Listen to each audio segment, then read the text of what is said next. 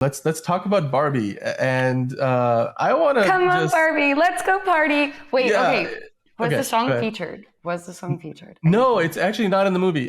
However, I've so here's the thing. I don't know where this music video exists right now because I went to this Wednesday early blowout party, Barbie screening at my AMC in town. And they had like the Dolby Cinema screen, so like the best screen in the theater dedicated to it.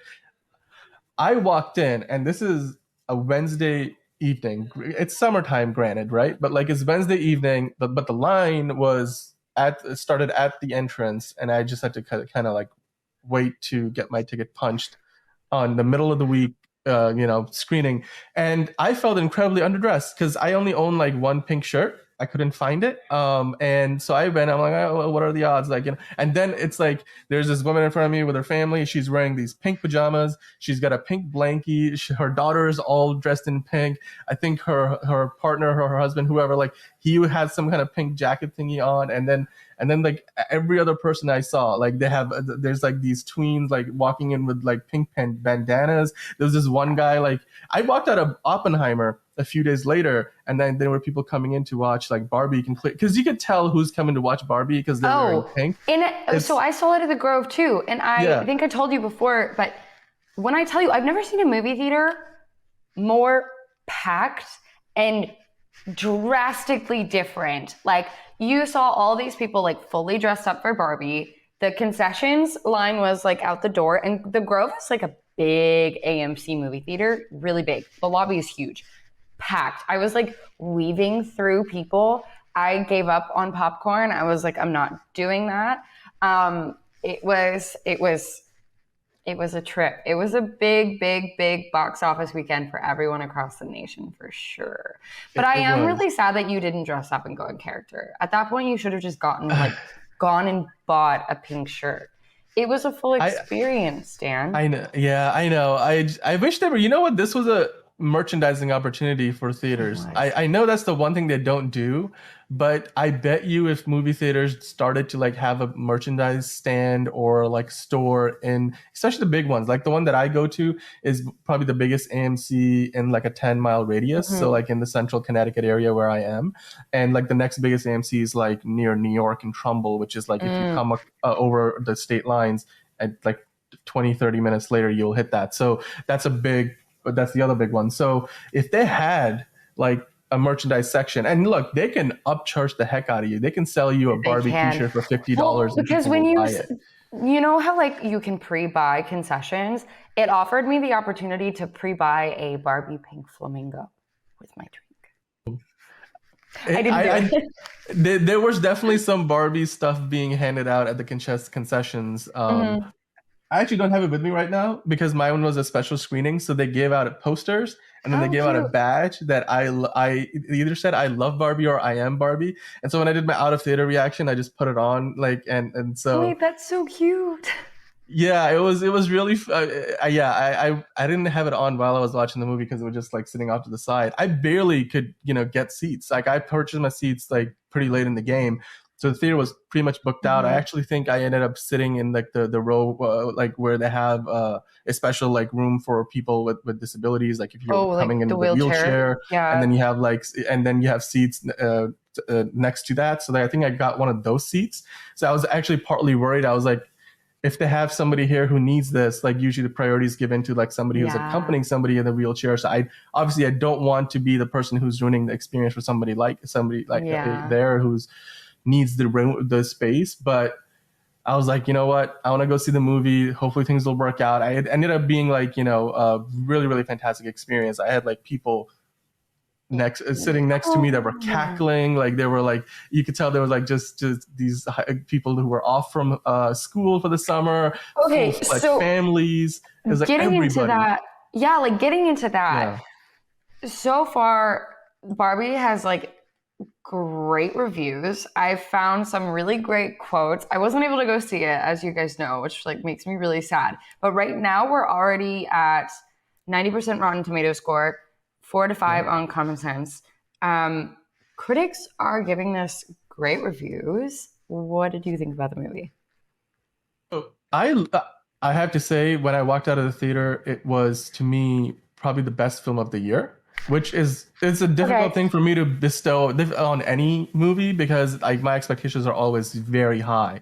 And so I had that much fun at the movie theaters. I remember thinking to myself, I was smiling and laughing like year to year the whole time because even the moments that were a little cringy or like moments where they'd made some bold decisions to drop some references like okay, spoiler alert because I can't hold on to it any longer. There's a reference to Zack Snyder's Justice League in the movie that I just knew is going to either make people laugh really hard or offend them really like quite a lot. And it was What just did we say? it was this one like at one point in the movie, one of the Barbies is like, "Oh my god, it's like why do I feel like I've just been watching Zack Snyder's Justice League for too long?" It's like it was in reference to like toxic masculinity. I feel like in some ways it was because like in this the story of the movie is basically like somehow the Kens end up being the bad guys because in the world of Barbie, Kens are treated like they exist to make Barbie happy,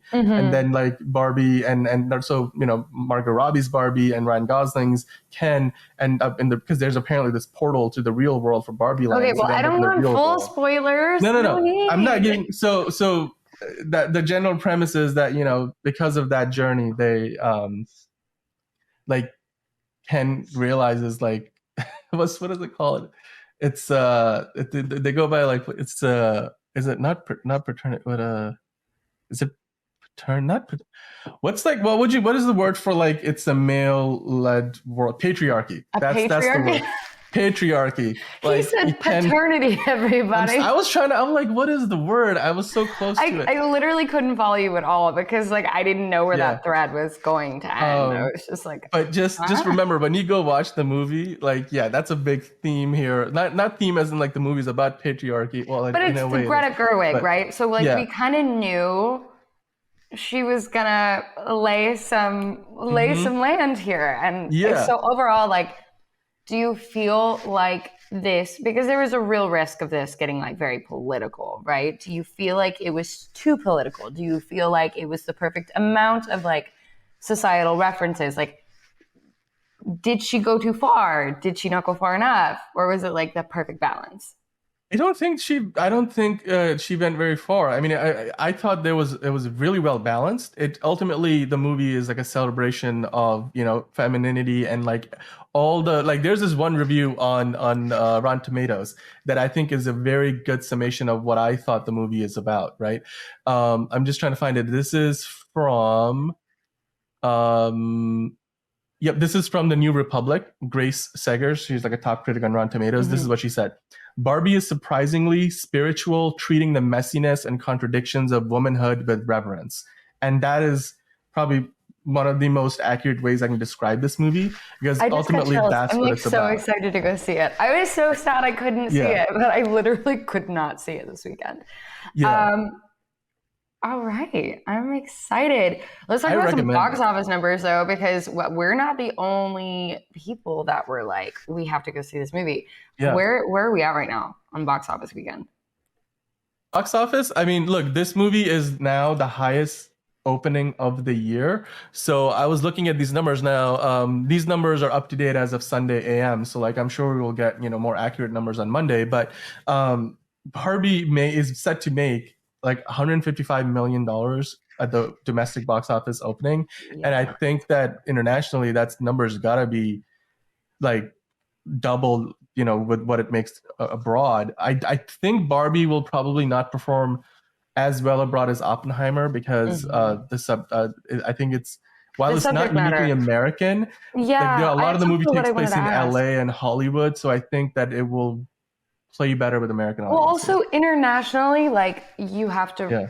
internationally too, like outside of the UK, when you start to get into some of like the Asian, Southeast Asian countries, I don't. Is there a risk that China just won't play this movie? Do you think that they I don't I don't know if there was any issues like because I remember there was something I think Barbie got banned in one country somewhere. I think was it I may be misquoting this, but I think it was either Vietnam or something, and it was for a reason that seems relatively impact trivial. in Vietnam?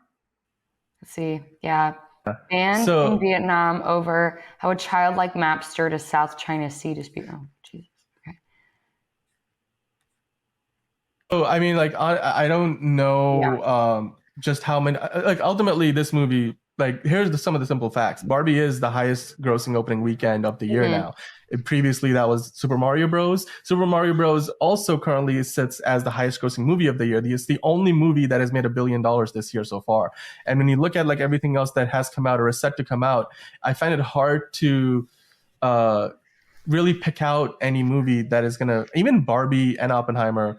I don't know if any of these movies are gonna make $1 billion. Like it's in a post-pandemic world where we're still seeing the box office recover and people still like their habits either are forever changed or they're just, I mean, and the economy isn't necessarily in the best shape, so people are being more wise with where they spend their money. So it's difficult. I mean, but here's the thing, the reason why Super Mario Bros. Made as much money as it did is because it's like a four quadrant movie that was appeal to everybody. Yeah. And I didn't even think Super Mario Bros. Had the kind of like social media, just the word of mouth behind it that Mm-hmm. Barbenheimer is bringing to Barbie and Yeah. Oppenheimer, which is probably the most successful, organic marketing campaign that sort of just emerged, and then everybody hopped on it, including the studios and all the actors and producers and directors just hopped on it and said, you know what, this is better for everybody. So let's just give this thing a push and do everything we can to make this a big deal. I've never seen a phenomenon like this, and it's leading to probably the biggest box office weekend of the year, because between Mm-hmm. Barbie and Oppenheimer and then Mission Impossible and everything else that's in theaters, and the fact that we're in July, like peak summer movie season, I don't think we're going to have a higher grossing box office weekend the For the rest of the rest of the year. year. Yeah. I Yeah. mean, unless something, because they always drop a lot on Christmas Day or like Christmas Eve, unless something around that time gets picked up, I